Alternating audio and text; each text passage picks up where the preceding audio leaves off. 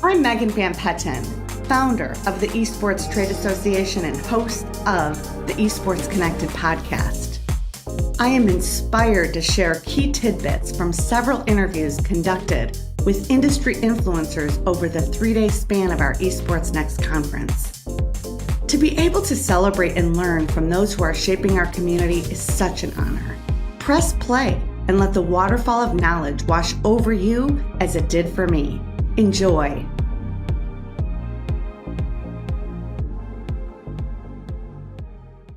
Welcome to Esports Connected, live from beyond the game. I am still your host, but guess what?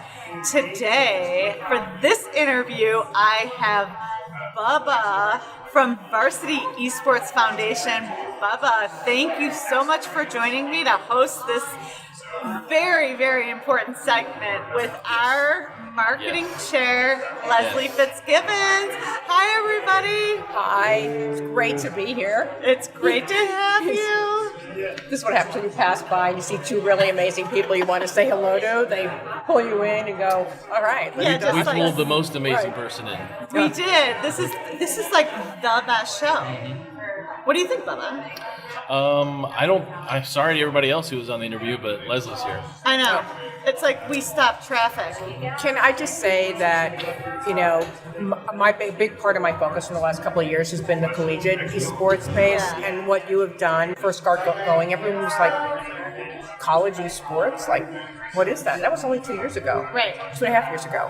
And a lot of folks got in who wanted different things from it.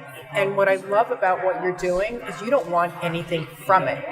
You just want to give to it. Yeah. And I think that's how this space really thrives. Yeah, sure. So thank you for that. Always here to help. You help us, so always here to help. That's what the Esports Trade Association is good at as well. No, but you know what, Bubba? You do walk the walk. And and everybody knows it. You know what? Like, people just know stuff. And you do. This is an interview about Leslie. Let's move on. Well, Leslie is just such a humble human being. From the first minute I met her, I'll never forget it. We were on Clubhouse, and I'm like, I love this woman. Who is this woman? Oh my God! And I'm on the Clubhouse, and I'm texting John, and I'm like, how do you know her?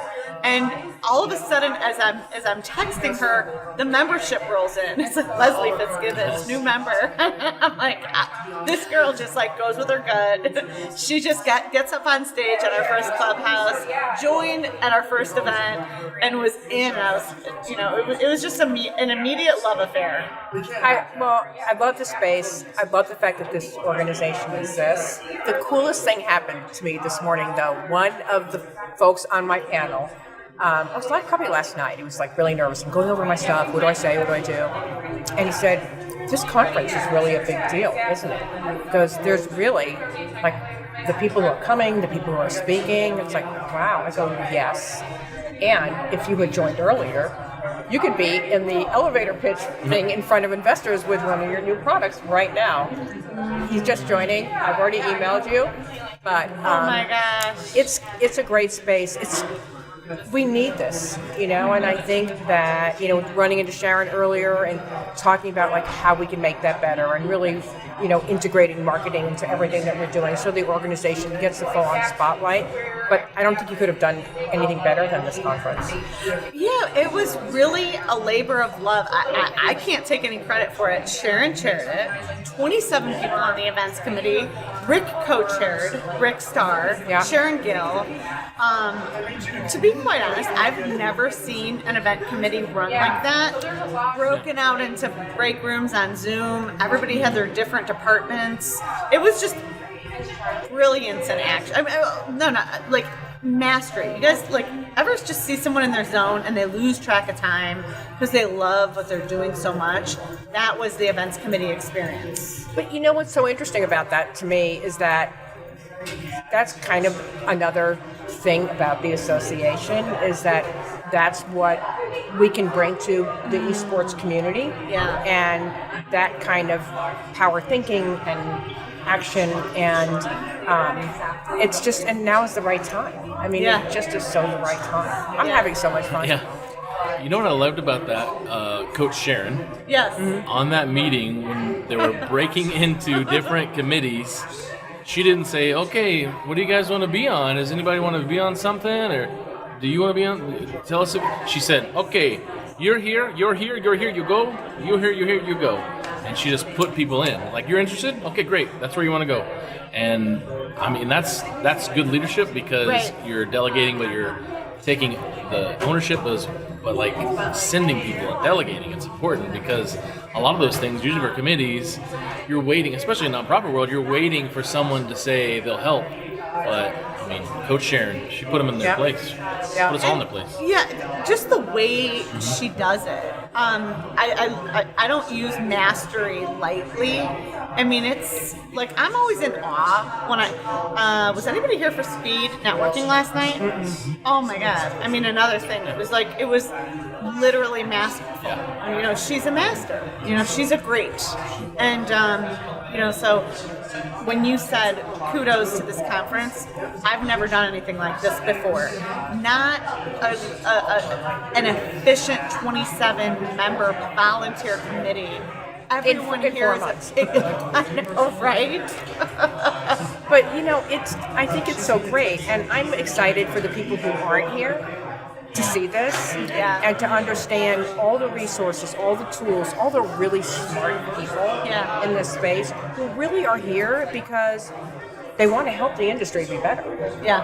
And I think I'm having, and not only that, but I mean, the association really has taken on different meaning for me after kind of stepping out and doing my own thing. Yeah. So the resources mean more. I'm able to see them better and understand. Like, I knew this was there, but wow, now this is really important.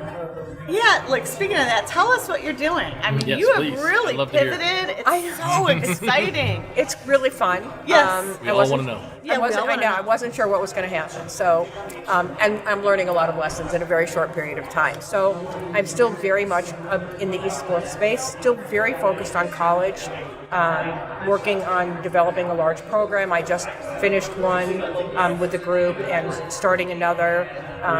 More to come on that. And still doing some other things and just volunteering because I love what we're doing. Yeah. And I've said to many of folks that, you know, in the association, if there's anything I can do to help you, just call me.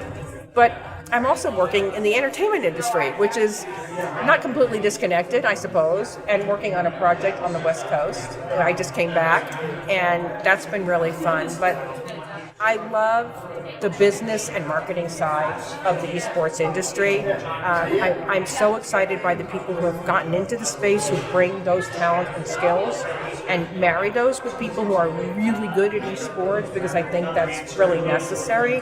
So I'm having a lot of fun. My biggest lesson learned so far is I've said yes to everything.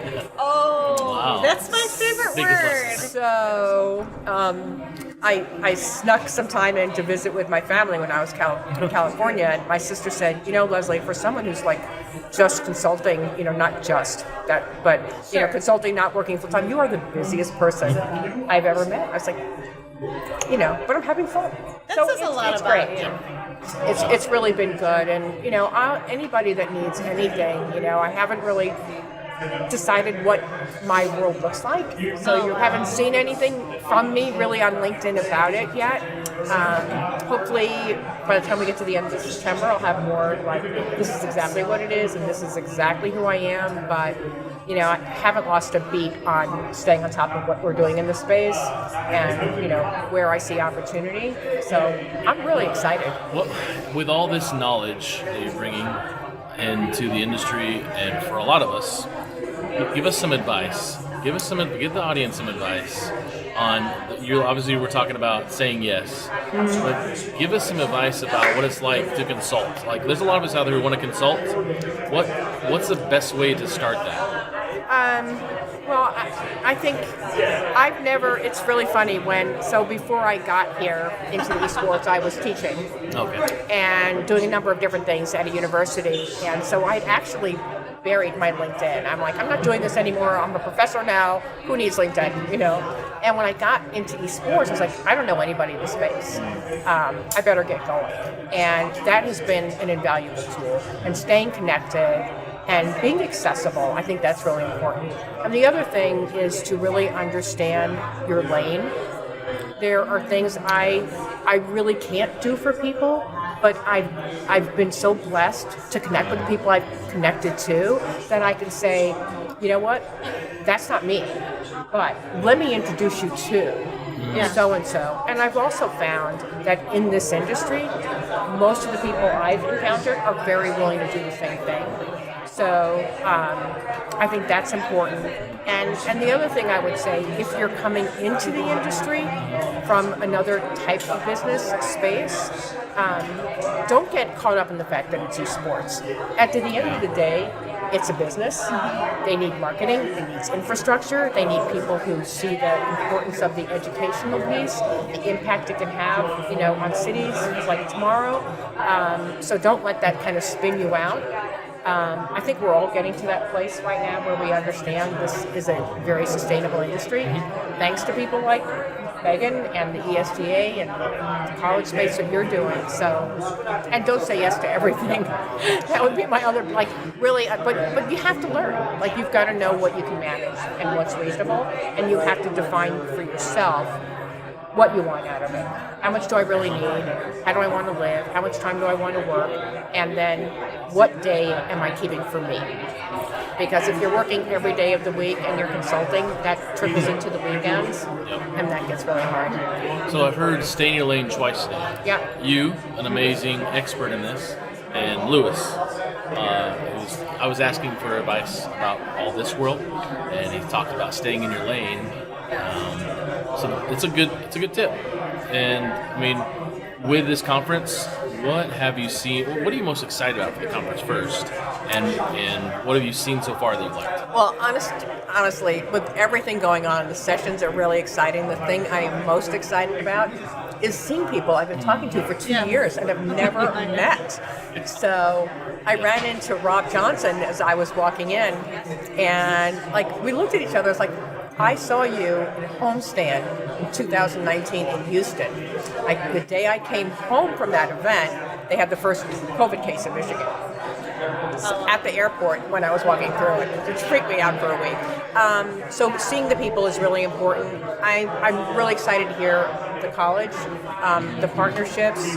I think the city session, not because I'm moderating, it's going to be really interesting tomorrow. Yeah. Because we've got different players in the esports space all talking about how they're engaging with cities. And we've got a lot of companies that are startups that are bringing different kinds of capabilities into the space. And if we can leave them with one tip about here's who you want to talk to, here's what you should know, then I feel great about it. That city, that Chamber of Commerce, CBD world, living in that and coming over to esports.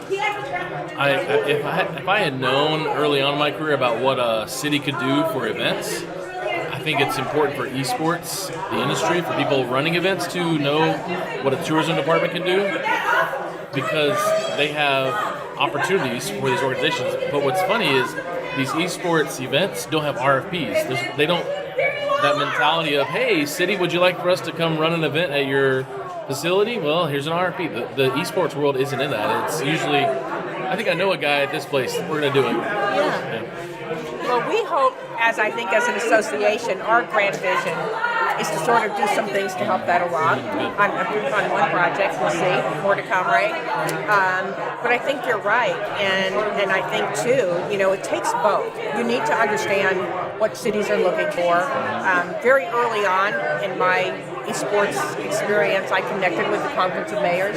I think it's really important for people to understand that esports is so important to cities that the Conference of Mayors has a special committee for tourism, arts, parks, recreation, entertainment, and sports. And within that committee is a group all about esports. So it's really important, and I think you're absolutely right. Some cities are doing it amazing. I love this. I want to take that home. Try it. That's the first thing we saw when we walked in.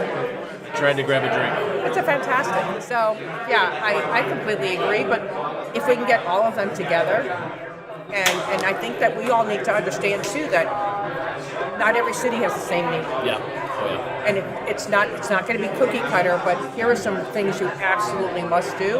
and some big people you must connect with. And so hopefully we'll be able to talk about that tomorrow. Good. I'd love to hear it.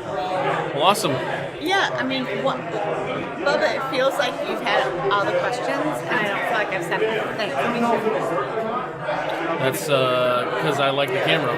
I know. And the mic. I know. Are we fighting over Leslie a little? She's mine. So I have one question. Tell us a little bit about what you plan for 2022 for your marketing committee.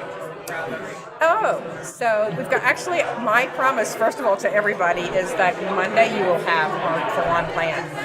Wow, I cannot wait. Like with mostly fully baked out. It's really interesting, you know. I share this with Sharon. We see beyond what like that marketing piece is. You have to do it right. You have to look at the whole organization, and that was like one of my no duh moments I had a couple of weeks ago.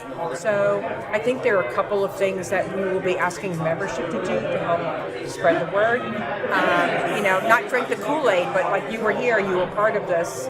Make sure everybody knows about it. And then I think that our efforts on working with the cities, some of the things we're talking about, some of the conversations that we're starting just now. Right. I mean, think about what happened just this morning and the conversations with our friends in the mayor's office and that business development arm, and that piece. And then as far as teams, you know, we've talked to top-tier teams down to tier 3 teams, and I think we have some clarity about how we can best help them. Listen, I wish as an association we could solve everybody's problem. If we could tell teams, here's exactly the 4 things you need to do to raise revenue beyond sponsorship, it would be amazing. But the truth is, there are other needs, and as I look to some like the associations I belong to when I was in broadcast, I see us being able to embrace those and some of the things we're already doing and just make sure people know about them. Right. So we'll be much more active. We've pulled in some great people to the committee, I think, and more to come. So I'm psyched. Well, thank you for your service. I mean, you really have a great heart. I'm just gonna say that when you told me that you were gonna pivot to do consulting, and just a testimony is the minute you joined our marketing committee and the impact you made just right out of the gate, your quickness to understand the big picture, know where to get granular. I love how you manage a team. I love how you integrate with other teams. You would be an asset to anybody on any level. I really look forward to hearing more about how you're helping so many people in the space. You're a natural born consultant. Thank you. And any company that steals you for full time is very lucky, and it will be very expensive because you're needed across many areas. This is going on my LinkedIn profile. Yes. Okay, right now, I'm just telling you. Thank you so much. I'm really, really, really glad to be here. So thank you. And we're glad to have you. Thank you very much. Awesome. Thanks, guys. See you next time. See you later.